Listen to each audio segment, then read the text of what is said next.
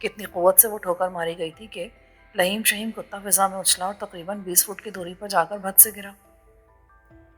وہ وہیں پھر کنی کی طرح گھومنے لگا۔ شاید اس کا نچلا دھڑ بیکار ہو چکا تھا، البتہ آخری کتے نے موقع پاتے ہی اس کے پیر کو اپنے خونخوار جبڑوں کی گرفت میں لے لیا تھا۔ شاید اختر کی قسمت ہی اچھی تھی جو وہ مضبوط لانگ بوٹ پہنے ہوا تھا۔ اس نے جھک کر اپنا خون آلود خنجر کتے کے دائیں پہلو میں پیوست کر دیا۔ تقریباً 8 انچ لمبا خنجر شاید سیدھا اس کے دل میں ترازو ہو گیا تھا، اس لیے اس کے جبڑوں کی گرفت ڈھیلی ہوئی اور وہ مردہ ہو کر گر پڑا۔ اختر فوراً اس کتے کی طرف متوجہ ہوا جس کا نچلا دھڑ بیکار ہو چکا تھا مگر وہ زندہ تھا۔ اس کے منہ سے دردناک اور تیز آوازیں بلند ہو رہی تھیں۔ اختر نے اس بے زبان جانور کو اس تکلیف دہ حالت سے ہمیشہ کے لیے نجات دلانے کے ارادے سے اپنا خنجر اٹھایا ہی تھا کہ چونک کر رک گیا۔ ایک محافظ اس طرف آ رہا تھا۔ اختر کی تمام حسیات بیدار ہو چکی تھیں۔ وہ اس محافظ پر نظر جمائے آہستہ آہستہ دبے قدموں پیچھے ہٹا اور قریب کے ایک درخت کی آڑ لے لی۔ وہ محافظ کچھ برہم آواز میں کتوں کو پکارتا چلا آ رہا تھا۔ جو ہی وہ زخمی کتے کے پاس پہنچا اس کی آنکھیں حیرت سے پھیل گئیں۔ شاید دوسرے کتوں کے بے حس و بے حرکت اجسام دیکھ کر اسے کسی خطرے کا احساس ہوا تھا۔ اس کا ہاتھ یکدم کندھے سے لٹکی رائفل پر جا پڑا اور اس سے قبل کہ وہ اپنے کندھے سے رائفل اتار سکتا، ایک ریشمی پھندا ہوا میں لہرایا اور اس کے حقوق کے گرد تنگ ہو گیا۔ محافظ کے دونوں ہاتھ اس کی اپنی گردن کی طرف لپکے مگر بہت دیر ہو چکی تھی۔ رسی کا حلقہ اس کی گردن کے گرد کس کر انتہائی قوت کے ساتھ اسے کھینچ رہا تھا۔ گڈ گڈ ویری گڈ، وہ دونوں ہاتھوں سے تالیاں بجاتے ہوئے طنزیہ لہجے میں بولا۔ تو پرنسس ریٹا صاحبہ، آپ نے تو ساون سے وہ راز اگلوانے کی حامی بھری تھی اور خود اپنا راز اس کے سامنے اگل دیا۔ وہ بے ڈنگے انداز میں ہنس پڑا۔ یک وکٹر کو سامنے پا کر ریٹا ہکا بکا سی رہ گئی۔ ساون بھی کچھ کم حیرت زدہ نہ تھا۔ تو اس کا مطلب ہے کہ تم نے اس کمرے میں ڈکٹا فون چھپا رکھے ہیں؟ وہ اپنی حیرت پر قابو پاتے ہوئے بولا۔ تو تم کیا سمجھتے تھے میں تمہیں یوں ہی آزاد چھوڑ دیتا؟ نہیں مسٹر ساون کمار سنہا، وہ ترچھی نگاہوں سے ریٹا کو دیکھ کر کہنے لگا، میرا پیشہ کچھ اس قسم کی محتاط طبیعت کا حامل ہے کہ کبھی کبھی تمہیں خود اپنے سائے پر بھی شک کرنے لگتا ہوں، پھر تم پر کس طرح اعتماد کر سکتا تھا؟ دوسری بات یہ ہے کہ میری اسی محتاط طبیعت کے توفیل مجھے اپنی آستین میں پلنے والی ایک ناگن کے خیالات کا بھی پتہ چل گیا۔ ریٹا کا چہرہ غصے سے لال ہو رہا تھا۔ یہ کیا مذاق ہے وکٹر؟ یہ سب تمہاری نالج میں تھا؟ میں لوہا گرم کر چکی تھی مگر تم… نہیں پرنسس ڈارلنگ، اب اس ایکٹنگ کی ضرورت نہیں ہے۔ تم خود اعتراف کر چکے کہ تم ایک ایسے شخص کی داشتہ ہو جو معاشرے میں زہر پھیلا رہا ہے۔ یہ سب تو میں نے ساون کے دل کو موم کرنے کی خاطر کہا تھا، مجھے اس کی ہمدردی حاصل کرنا تھی۔ ہاں، تم اپنی زندگی کی اصل حقیقت سے پردہ اٹھا کر اس کی ہمدردی حاصل کر سکتی تھی۔ تمہیں اگر واقعی ساون کو دھوکہ دینا ہوتا تو اسے اپنی زندگی کے حاصل حالات سے واقف نہ کرتی، بلکہ کوئی بھی کہانی گھڑی جا سکتی تھی، مگر تم تو یہاں سے فرار ہونے کا ایک اچھا موقع لے رہی تھی۔ نہیں وکٹر، یہ جھوٹ ہے، تمہیں غلط فہمی ہو گئی ہے۔ غلط فہمی؟ ہاں، غلط فہمی ہو نہیں گئی بلکہ ہو گئی تھی۔ میں سچ مچ تمہیں چاہنے لگا تھا، وہ تم واقعی میری زندگی میں داشتہ کی حیثیت سے داخل ہوئی تھی، مگر آہستہ آہستہ تم میرے حواسوں پر چھاتی چلی گئی تھی، مگر اب تم میرا وہ روپ دیکھ سکو گی جو آج تک تم نے نہیں دیکھا۔ پیٹر، وہ غصے سے بھری آواز میں چیخا اور دوسرے لمحے ایک مسلح قوی ہیکل شخص کمرے میں آ گیا۔ اس ٹوڈیل کو لے جا کر کمرہ نمبر 5 میں قید کر دو، اور ہاں، سب لوگوں کو میرے اس حکم کی اطلاع پہنچا دی جائے تاکہ یہ حرافہ میری منہ چڑی ہونے کے توفیل کسی قسم کی رعایت حاصل نہ کر سکے۔ ساون تیزی سے بدلتی صورتحال کا جائزہ لے رہا تھا۔ اس کی سمجھ میں نہیں آ رہا تھا کہ حقیقت کیا ہے۔ کیا وہ عورت اپنے بیان کے مطابق واقعی اسے فریب دے کر حقیقت اگلوانا چاہتی تھی یا در حقیقت یہ اس کے دل کی آواز تھی؟ اس نے پیٹر کے ساتھ کمرے سے نکلتی ریٹا پر ایک نگاہ ڈالی۔ اس کا چہرہ خوف سے پیلا پڑ چکا تھا، اس کی آنکھوں میں آنسو تھے، وہ مسلسل اسی کی طرف دیکھ رہی تھی۔ اس سے نگاہ ملتے ساون کو ایسا لگا جیسے اس کی آنکھیں چیخ چیخ کر کہہ رہی ہوں کہ ساون مجھے بچا لو، مجھے اس درندے سے بچا لو۔ اسی کشمکش میں وہ پیٹر کے ساتھ کمرے سے نکل چکی تھی اور اس وقت اس کے کمرے میں وکٹر تنہا موجود تھا۔ کیوں مسٹر ساون، کیا تمہیں میرے اس فیصلے سے بھی کوئی تکلیف پہنچی ہے؟ وہ ایک مظلوم لڑکی ہے وکٹر، اس پر ترس کھاؤ۔ تمہیں اس سے اپنی دلچسپی کیوں پیدا ہونے لگی ہے، جبکہ پہلے تو تم نے اس پر ذرا برابر بھی توجہ نہ دی تھی؟ اور پھر وہ ایک انگریز لڑکی ہے، تمہاری ہم وطن بھی نہیں ہے، پھر اس کے لیے ہمدردی کی وجہ؟ بات رنگ و نسل یا قومیت کی نہیں ہے، بلکہ ایک مظلوم ہستی کی ہے جسے تم نے اپنے مفاد کے لیے استعمال کیا۔